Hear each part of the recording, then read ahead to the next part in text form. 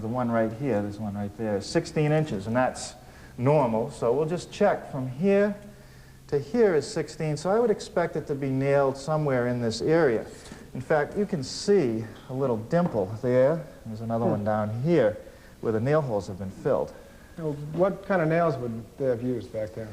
Typically, for the age of this house, I would expect a cut-type nail. Yeah, and they would have toe-nailed along the top?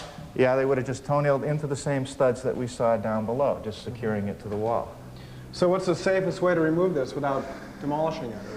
Well, 90% of the people would think that you could just pull it off the wall because it's simply held with nails, but we'd be real sorry if we did that because you might split it. And you want to take the time now removing the trim. You don't want to have to Dutchman it and start gluing it together.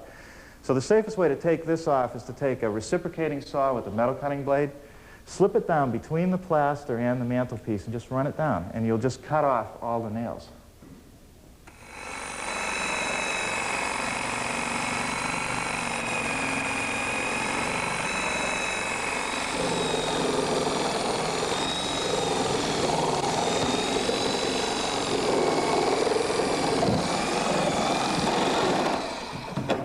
I think you got them all, Elvis.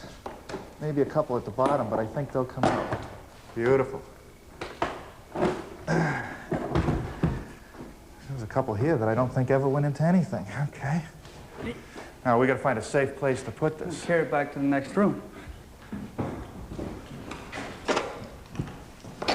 Hey, this is interesting, Norm. This baseboard molding is all one piece. Usually you see this molding here just sitting right on top of a piece of one-by. Well, you know, I'm not surprised. When I was looking at it earlier, I suspected it was one piece, and I've actually seen that in several houses. Probably hand-planed, too. Probably, yeah. Now, this little shoe molding down here, we're not going to try to save that. That can easily be bought at the lumberyard today. It's a common quarter round, and it'll probably break when we take it out, but I do want to take some time saving the space. Well, why would you want to save it, Norm? It's right in the middle of a passageway. Well, that's true. It is in the middle of the passageway, but you got to think a little further ahead than just the demolition. You got to remember that after you remove this wall, the cross wall is remaining. So there's going to be a gap between the baseboard on this side and the baseboard on the other side of about 4 or 5 inches. Now, you could put a 4 or 5 inch patch in there, but you've got a piece long enough here that after we're done, you can take this short piece out to this door opening, and then by using that long piece and one joint on the other side, you'll have a nice, neat transition. I understand. So what are your weapons of destruction here? Well, I'm going to use this flat bar and the reciprocating saw if we need it, and just carefully trying to pop it out after I take off the shoe mold. Okay, I'll stand by with the saw. Okay, hook the hook right under the end. Yeah. All right, a little more leverage.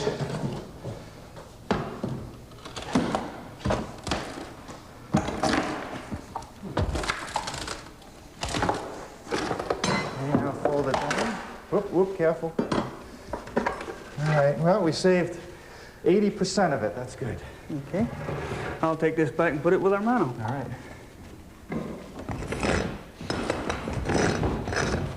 What are you finding in that corner?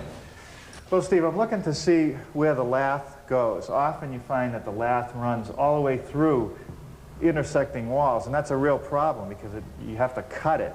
We lucked out here. The lath is actually nailed to the stud. It doesn't go through, so that'll save us some time. Yeah. So we're ready to demolish this wall? Well, we could start taking the plaster off here, but I think we should go on the other side and remove the mantel and the base, because while we have the tools for that job out, let's get it done. Okay.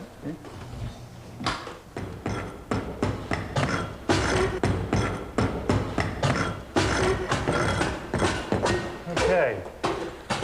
Well, now what we've got here is plaster that's applied over a wood lath. And we could probably very quickly strip the wall by pulling everything off at once, but, you know, we're going to end up with a pile of plaster intermixed with all this lath, and it's a pain in the neck to sort and dispose of. So all we want to do is strip the plaster any way we can, flat bars, shovels, worn down hose, whatever. Then we'll clean up all the plaster, then we'll take the lath off. Okay.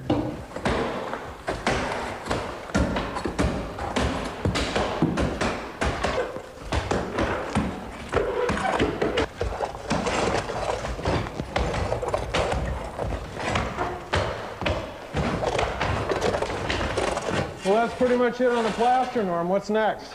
Well, you know, this plaster is going to have to end up in the landfill eventually. And the key here is to keep the material sorted.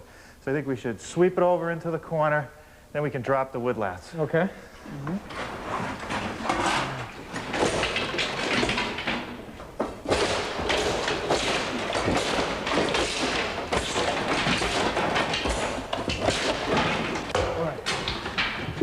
It's dusty work, isn't it? Sure is. Hey, look, here's Gene. Just in time. Norm, Steve, what are you doing to my house? Well, the work must go on. Where's my husband? He's been doing most of the destruction. He's doing all that? He volunteered. Well, do you think there's anything I can do to help him? Hey, there's lots of cleanup, but are you sure you want to do it in a nice designer sweatshirt like that? That's what I wore it for. Okay, we'll get you going. Oh, Elvis, are you okay? Sure, babe. Nice job, Elvis. Thanks. So now I'll show you what's next.